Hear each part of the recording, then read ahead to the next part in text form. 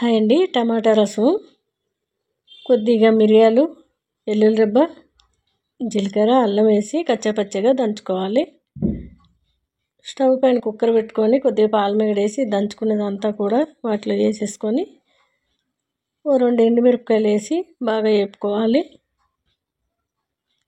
కొద్దిగా ఇంగు వేసుకొని కొద్దిగా పసుపు వేసుకొని తర్వాత ఒక గ్లాసు వాటర్ పోసుకొని మీకు ఎంత రసం కావాలంటే అంత వాటర్ యాడ్ చేసుకొని టమాటాలు 2 సన్నగా తరిగేసుకొని ఈ చారు కొద్దిగా రాళ్ళుప్పు వేసుకోవాలి.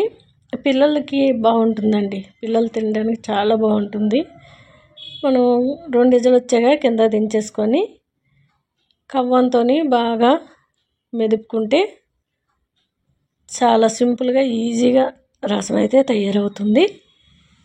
ఇది 6 నెలల పిల్లల నుంచి ఇక సంవత్సరం లోపు అన్నముహూర్తం చేసిన పిల్లల నుంచి పెట్టుకోవచ్చు. ఇది పెద్దగా రిస్క్ ఏమి ఉండదు, ఎందుకంటే మనం కారం అసలు వేసుకోలే కాబట్టి మిరియాలు కూడా కొద్దిగా వేసాం కాబట్టి చాలా చప్పగా ఉంటుంది. పిల్లలకి ఎప్పుడైనా చారు పెట్టేటప్పుడు చాలా చప్పగా ఉండాలి, అప్పుడే వాళ్ళు యాక్టివ్గా హెల్తీగా ఉంటారు. హాయ్ అండి. మష్రూమ్స్ ఎగ్ కర్రీ అండి. స్టవ్ పైన కళాయి పెట్టుకొని కాస్త పాలమిగడ, ఆవాలు, జీలకర్ర, ఉల్లిపాయ ముక్కలు సన్నగా తరిగేసుకోవాలి. కొద్దిగా కరివేపాకు వేసుకొని బాగా వేపుకోవాలి. వేగిన తర్వాత కొద్దిగా పసుపు వేసుకొని మష్రూమ్స్ సన్నగా తరిగేసుకోవాలి. మనం ఎటువంటి వాటర్ వేసుకోవాల్సిన అవసరం లేదు, ఎందుకంటే మనకి మష్రూమ్స్లో చాలా వాటర్ అనేది వచ్చేస్తుంది కాబట్టి కొద్దిగా రాళ్ళుప్పు వేసి కాసేపు మూత పెట్టుకుంటే చూసారు కదా ఎంత వాటర్ వచ్చిందో. అది ఉడుకుతుంటే చాలా తక్కువగా కూడా అయిపోతుంది. ఒక గ్లాస్లో వెల్లుల్లి రెబ్బలు, జీలకర్ర, కారం వేసి కచ్చాపచ్చగా దంచుకొని ఆ కారం కూడా ఈ మష్రూమ్స్లో వేసి బాగా కలుపుకోవాలి. తర్వాత 3 ఎగ్గులు వేసుకొని బాగా కలుపుకుంటే చాలా చక్కటి మష్రూమ్స్ ఎగ్ కర్రీ. ఇది మనకి డైట్లో ఉండే వాళ్ళు అయితే ఇట్లా తీసుకుంటే ఒట్టిగానే సరిపోతుంది, చాలా టేస్ట్గా ఉంటుంది. లేదు రసంతో పెట్టుకుంటే సైడ్ డిష్గా బాగుంటుంది మష్రూమ్స్ ఎగ్ కర్రీ. హాయ్ అండి.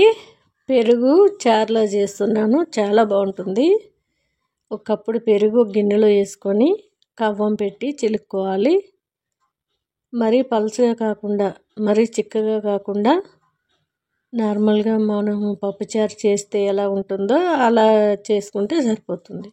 స్టవ్ మీద కళాయి పెట్టుకొని ఒక 1/2 చెంచా వరకు మిరియాలు, ఒక 1/2 చెంచా జీలకర్ర, కొద్దిగా సోంపు వేసుకొని ఒక 5 చెంచాల వరకు నువ్వులు వేసుకొని చిటపట అనే వరకు వేయించుకోవాలి.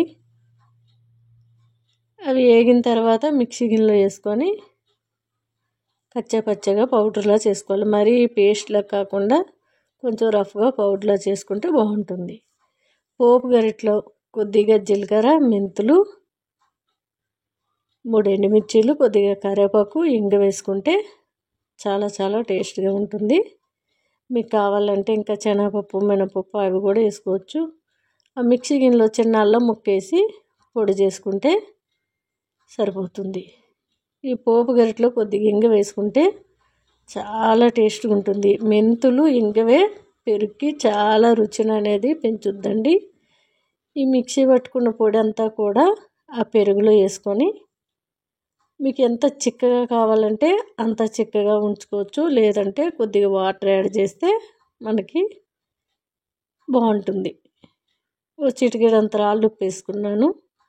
ఆ పోపు అంతా కూడా దీంట్లో వేసేసుకుంటే టేస్ట్ చాలా బాగుంటుంది. సన్నగా తరిగి పెట్టుకున్న చిన్న ఉల్లిగడ్డ వేసుకుంటే బాగుంటుంది. ఎక్కువ ఉల్లిపాయ ముక్కలైనా తినబుద్ధి కాదు, కొద్దిగా వేసాను నేను. మీకు కావాలంటే ఎక్కువగా వేసుకోండి. పచ్చిమిర్చి కూడా మీరు కావాలంటే వేసుకోండి. మనం మిరియాలు వేసుకున్నాం కాబట్టి ఇంకా అవసరం లేదు, మా ఇంట్లో చాలా చప్పగా తింటారు. మిరియాల పొడితో చాలా బాగుంటుంది, కోల్డ్ అసలు అవ్వదండి.